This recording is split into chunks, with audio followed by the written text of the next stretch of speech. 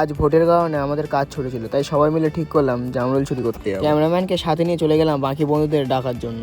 তারা দেখি আমার থেকে বেশি এক্সাইটেড, সাইকেল নিয়ে ডাইরেক্ট বাগানে ঢুকে গেল। এবার আমরা সব চলে গেলাম জামরুল গাছতলায়। আর এই সেই গাছ যার আজকে ফল হরণ হবে। আর আমাদের মধ্যে আমি সেই গাছ মতো যে একা গাছে উঠতে পারি, তাই বেশি দেরি না করে আমি উঠে পড়লাম গাছের ওপরে।